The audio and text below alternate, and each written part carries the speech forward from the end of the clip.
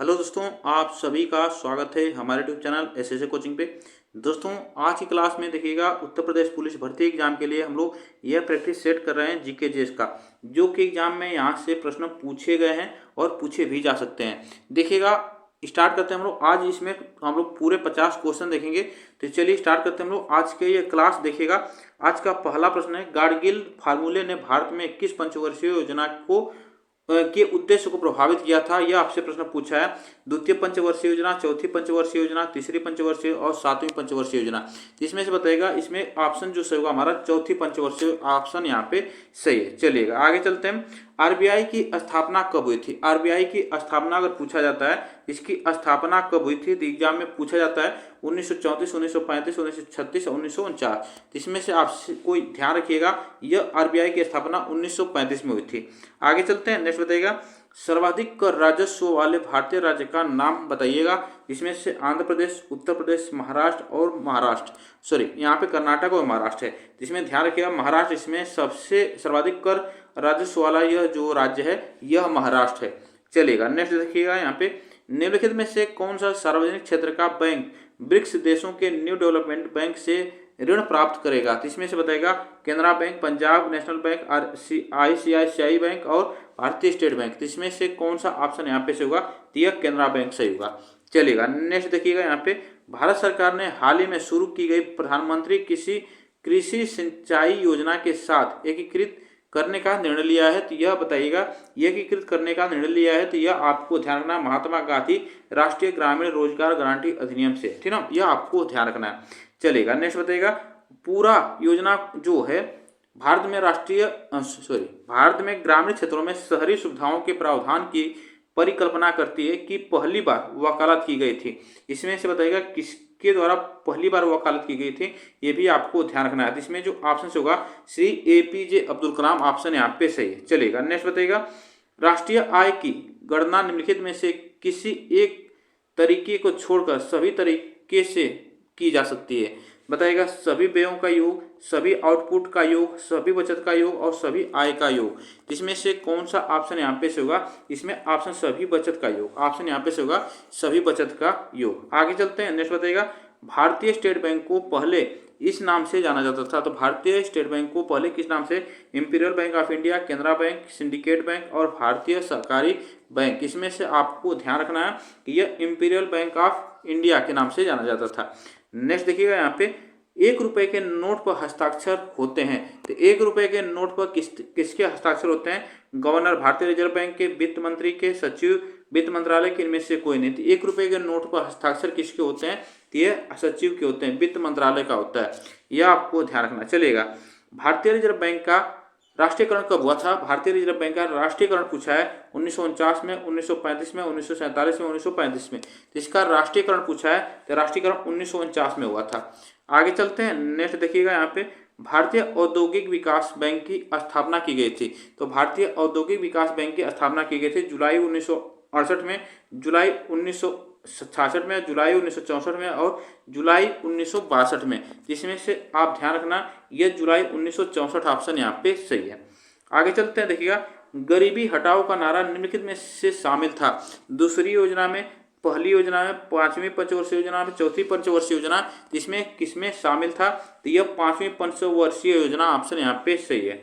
चलेगा नेक्स्ट बताइएगा, कौन सा बैंक कृषि एवं ग्रामीण वित्त की आवश्यकताओं तक सीमित है? RBI, SBI, IFC, NABARD. इसमें से बताएगा कौन सा ऑप्शन यहाँ पे सही है? तो यह ध्यान रखिएगा, यहाँ पे जो बैंक जो है कृषि एवं ग्रामीण वित्त की आवश्यकताओं तक सीमित है, तो वह नाबार्ड बैंक है। आगे चलते हैं। भारतीय अर्थव्यवस्था एक है। भारतीय अर्थव्यवस्था क्या है? स्वतंत्र अर्थव्यवस्था है, मिश्रित अर्थव्यवस्था है, पूंजीवादी है, साम्यवादी है। जिसमें आप ध्यान रखना, यह जो अर्थव्यवस्था है भारत की, यह मिश्रित अर्थव्यवस्था है। नेक्स्ट देखिएगा, यहाँ पे डॉक्टर पी रामाराव समिति निम्नलिखित में से किससे संबंधित है? यह कर से संबंधित है, रक्षा से संबंधित है, उद्योग से और कृषि से। इसमें से किससे संबंधित है? ये एग्जाम में पूछा जाता है तो रक्षा से, ठीक ना, यह रक्षा से संबंधित है। आगे चलते हैं। 12वीं पंचवर्षीय योजना की अवधि है। तो 12वीं पंचवर्षीय योजना की अवधि आपसे पूछा जाए तो यह क्या है? तो इसकी अवधि आप ध्यान रखिएगा, 1 अप्रैल 2012 से 31 मार्च 2017 तक यह 12वीं पंचवर्षीय योजना की अवधि है। नेक्स्ट देखिएगा यहाँ पे, इंपीरियल बैंक का गठन किस वर्ष हुआ था? इंपीरियल बैंक का गठन 1930 में, 1935 में, 1955 में, 1921 में। तो इंपीरियल बैंक का गठन की बात करते हैं तो यह हुआ था 1921 में, ठीक ना, 1921 में हुआ था। आगे चलते हैं, देखिएगा किस पंचवर्षीय योजना की अवधि केवल 4 वर्ष की थी? तो किस पंचवर्षीय योजना की अवधि केवल 4 वर्ष की थी? तीसरी, चौथी, पांचवी, सातवीं, इसमें से आप बताइएगा कौन सा ऑप्शन यहाँ पे से होगा? तो यह 5वीं पंचवर्षीय योजना। आगे चलते हैं, नेक्स्ट बताइएगा खाद्यान्नों के लिए न्यूनतम समर्थन मूल्य किस वर्ष शुरू किया गया था? तो न्यूनतम समर्थन मूल्य किस वर्ष शुरू किया गया था? 1944 में, 1964 में, 1974 में, 1954 में। तो इसमें से ऑप्शन जो सही होगा हमारा 1974 ऑप्शन यहाँ पे सही है। चलेगा, नेक्स्ट बताइएगा भारत में सभी राष्ट्रीयकृत वाणिज्य बैंकों में बचत खाता पर ब्याज दर निर्धारित की जा सकती है। तो बताइएगा इसमें से भारत के वित्त मंत्री, केंद्रीय वित्त आयोग और इंडियन बैंक एसोसिएशन, भारतीय रिजर्व बैंक, इसमें से कौन सा ऑप्शन यहाँ पे होगा? तो भारतीय रिजर्व बैंक ऑप्शन यहाँ पे सही है। चलेगा, आगे चलते हैं। सेबी की स्थापना की गई थी, सेबी की स्थापना की बात करते हैं, यह की गई थी, यह कब की गई थी? 1992 में, 1980 में, 1984 में, 1988 में। तो सेबी की स्थापना की बात करते हैं, यह 1988 में की गई थी। नेक्स्ट चलते हैं आगे, देखिएगा यहाँ पे भारत में वर्तमान सरकारी व्यय की सबसे बड़ी एकल मद है, वह कौन सी? रक्षा व्यय है, ऋण का ब्याज भुगतान, सब्सिडी का भुगतान, सामाजिक ओवरहेड्स में निवेश। तो इसमें आपको याद रखना होगा कि ऋण का ब्याज भुगतान ऑप्शन यहाँ पे सही है, ठीक ना। चलेगा, नेक्स्ट बताइएगा मोर मेगा स्टोर खुदरा श्रृंखला किस भारतीय उद्योग से संबंधित है? तो रिलायंस इंडस्ट्रीज से, भारतीय इंटरप्राइजेस से, आदित्य बिरला समूह से, और इनमें से कोई नहीं। तो यह किससे संबंधित है? तो यह आदित्य बिरला संबंधित है, इसको आपको ध्यान रखना है। चलेगा, आगे चलते हैं। भारत की निर्यात वस्तु के रूप में कौन सा मसाला मूल्य में शीर्ष स्थान पर है? तो इसमें से बताएगा काली मिर्च, हल्दी और इलायची, इसमें से बताएगा कौन सा ऑप्शन यहाँ पे सही है? तो मिर्च ऑप्शन यहाँ पे सही है। चलेगा, नेक्स्ट देखिएगा यहाँ पे भारत में 14 प्रमुख बैंकों का राष्ट्रीयकरण किस वर्ष किया गया था? तो भारत में 14 प्रमुख बैंकों का राष्ट्रीयकरण किस वर्ष किया गया था? तो ये भी आपसे प्रश्न पूछा है, तो यह आप ध्यान रखना, यह 1969 में, 19 जुलाई 1969 में से 14 बैंकों का राष्ट्रीयकरण किया गया था। आगे चलते हैं, नेक्स्ट देखिएगा 1 रुपये के नोट जारी किए जाते हैं। तो 1 रुपये के नोट जारी किए जाते हैं भारतीय रिजर्व बैंक, भारतीय स्टेट बैंक, भारत के राष्ट्रपति और भारत सरकार द्वारा। जिसमें से 1 रुपये का नोट जो जारी करता है वह भारत सरकार द्वारा जारी किया जाता है। आगे चलते हैं, भारत ने दशमलव मुद्रा प्रणाली को अपनाया था। भारत ने दशमलव मुद्रा प्रणाली को अपनाया था, कब अपनाया था? 1955 में, 1956 में, 1957 में, 1958 में। जिसमें से आप बताइएगा इसमें कब अपनाया गया था? तो 1957 में, ठीक ना। चलिएगा, आगे चलते हैं। भारत में राष्ट्रीयकृत बैंकों की संख्या कितने हैं? तो भारत में राष्ट्रीयकृत बैंकों की संख्या आपसे प्रश्न पूछा है, 14 है, 21 है, 20 है और 22 है। तो इसमें से बताइएगा कौन सा ऑप्शन यहाँ पे सही होगा?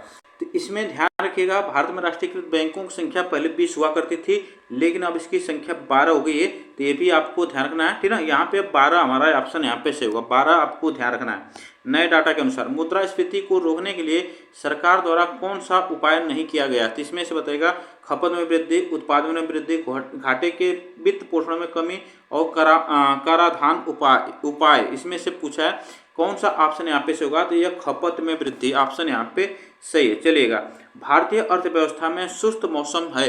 तो भारतीय अर्थव्यवस्था में सुस्त मौसम की बात करते हैं, मार्च अप्रैल, सितंबर दिसंबर, जनवरी जून और फरवरी अप्रैल। तो सुस्त इसमें मौसम की बात करते हैं, यह जनवरी जून होता है ना, जनवरी और जून, जनवरी से लेकर जून तक। आगे चलते हैं, वह बाजार जिसमें धन का ऋण प्राप्त किया जा सकता है कहलाता है, तो वह आरक्षित बाजार कहलाता है, संस्थागत बाजार कहलाता है, मुद्रा बाजार और विनिमय बाजार। इसमें से बताएगा कौन सा ऑप्शन यहाँ पे से होगा? यह मुद्रा बाजार कहलाता है। नेक्स्ट देखिएगा, समाचार पत्रों की रिपोर्ट के अनुसार राष्ट्रीय इस्पात निगम लिमिटेड में भारत सरकार की कितनी प्रतिशत हिस्सेदारी का विनिवेश किया गया जाएगा? इसमें से आप याद रखना 100% इसमें किया जाएगा, ठीक ना, 100% ऑप्शन यहाँ पे से होगा।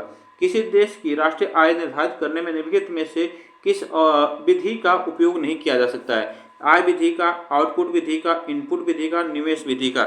इसमें से कौन सा ऑप्शन यहाँ पे सही होगा? यह इनपुट विधि ऑप्शन यहाँ पे सही है। चलिएगा, नेक्स्ट बताइएगा, भारत सरकार की कौन सी योजना भारतीय शहरों को मलिन बस्तियों से मुक्त बनाती है? तो कौन सी योजना बनाती है, ये भी आपको ध्यान रखना है। तो वह है राजीव आवास योजना। राजीव आवास योजना ऑप्शन यहाँ पे सही है, चलेगा। सकल घरेलू उत्पाद में वर्तमान राजकोषीय घाटा प्रतिशत है, तो यह वर्तमान में की बात करते हैं तो यह 4.4% राजकीय यहाँ पे राजकीय कोषीय घाटा की बात करते हैं, तो यह इसका रखा गया है। और इसमें ध्यान रखिएगा लगभग इसमें हमारा 4% यहाँ पे सही हुआ, 4% यहाँ पे हम लगाएंगे, चलेगा। आगे चलते हैं। संसाधनों के अत्यधिक उपाय को कॉमन्स की त्रासदी कहा जाता है, इसके द्वारा प्रतिपादित किया गया था।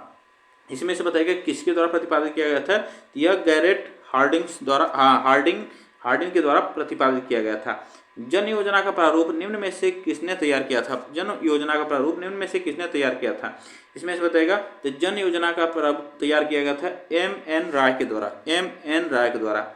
नेक्स्ट बताइएगा राष्ट्रीय योजना समिति की स्थापना इनमें से कब हुई थी, राष्ट्रीय योजना समिति की स्थापना इनमें से कब हुई थी, बताइएगा 1951, 1947, 1942 और 1938 ऑप्शन इसमें कौन सा सही हुआ, यह 1938 ऑप्शन यहाँ पे सही है, ठीक है, चलेगा। नेक्स्ट बताइएगा यहाँ पे राष्ट्रीय योजना समिति के अध्यक्ष पद पर नियुक्त होने वाले व्यक्ति इनमें से कौन थे, इसमें से व्यक्ति कौन थे, ये भी आपसे प्रश्न पूछा है। जवाहरलाल नेहरू, बी के आर.बी. राव, पी.सी. महानोबिल्स और सुभाष चंद्र बोस, इसमें से आपसे प्रश्न जो पूछा है वह जवाहरलाल नेहरू ऑप्शन यहाँ पे सही हुआ, चलेगा। नेक्स्ट बताइएगा यहाँ पे निम्नलिखित में से भारत में नियोजित आर्थिक विकास का शुभारंभ कब हुआ था, इसमें से बताइएगा कौन सा ऑप्शन यहाँ पे सही होगा, तो इसमें से बताइएगा कौन सा ऑप्शन यहाँ पे सही है, ठीक ना। इसमें ध्यान रखिएगा यहाँ पे 1951, ठीक ना, 1951 यहाँ पे शुभारंभ किया गया था, भारत में नियोजित आर्थिक विकास, ठीक ना, शुभारंभ किया गया था 1951 में।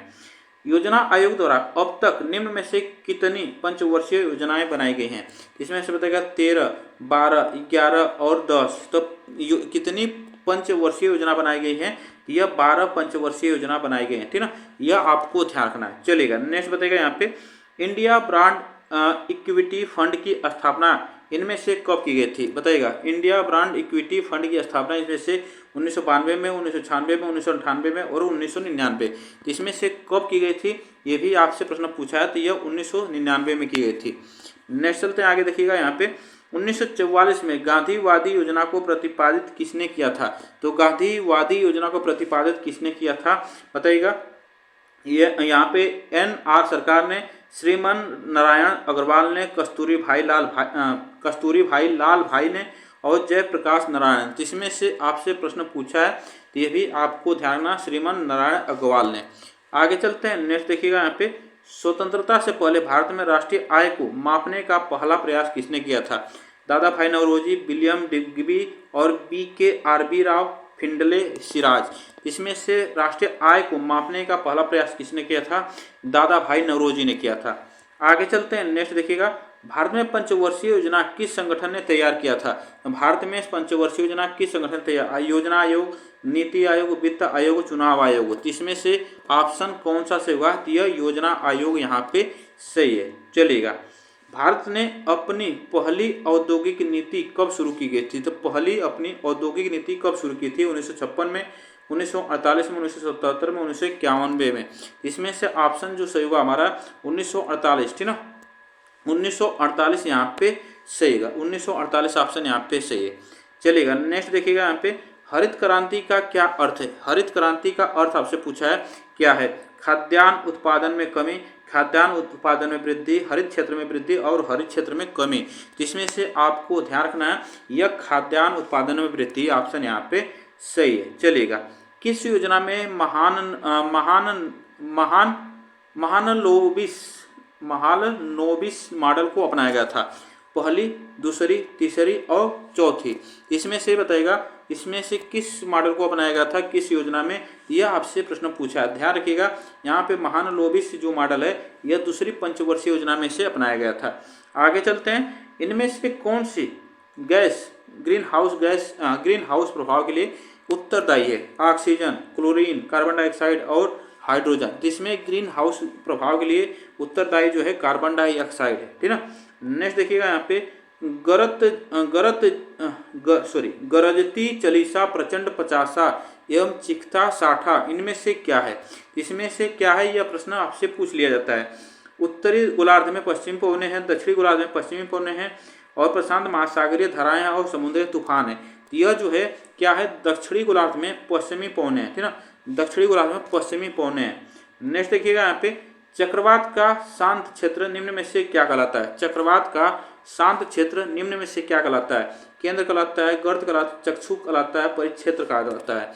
यह क्या कहलाता है, एग्जाम में पूछा जाता है, जिसमें ऑप्शन चक्षु सही होगा, फिर ना चक्षु।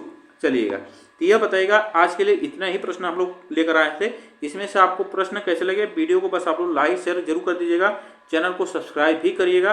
फिर मिलेंगे नेक्स्ट वीडियो में, तब तक के लिए थैंक यू सो मच आप सभी को।